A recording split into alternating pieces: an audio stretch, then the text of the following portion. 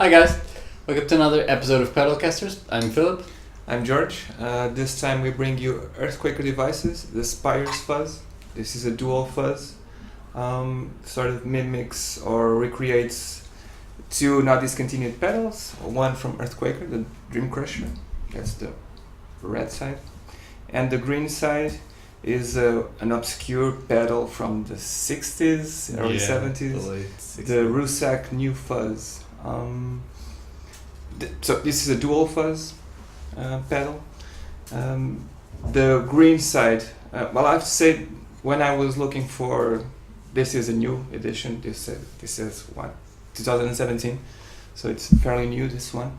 There aren't many videos on YouTube, but when I was looking around, I kind of decided to buy it by listening to a bass player working with it.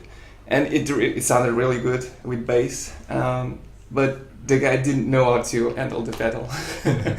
He was switching from side to side, and then he was pushing all the knobs or turning all the knobs, and it doesn't work that way. And it still sounded good.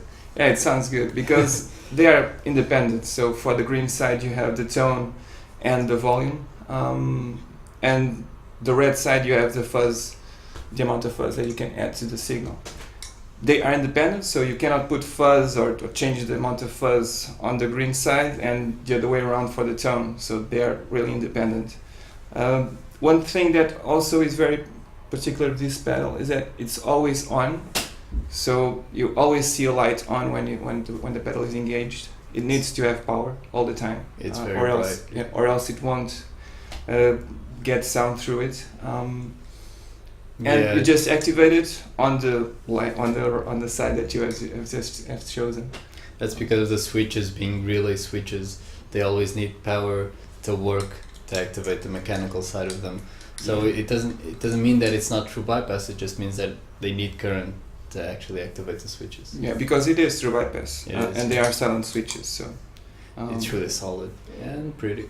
Yeah, it's a great sounding fuzz. Both sides actually. I think the red side is more of a fuzz face kind of sound. It really cleans up very well. I guess you get more fuzz like 3/4 up.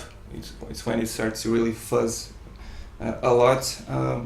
The green side is more velcro. I think it's the most velcro sounding fuzz. Very particular, very very characteristic.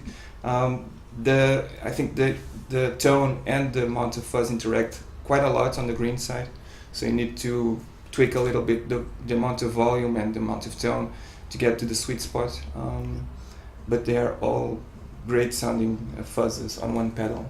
And I think, well, when you open it up, it's a fairly simple circuit. It's not that complicated. It's very simple. It's very light in terms.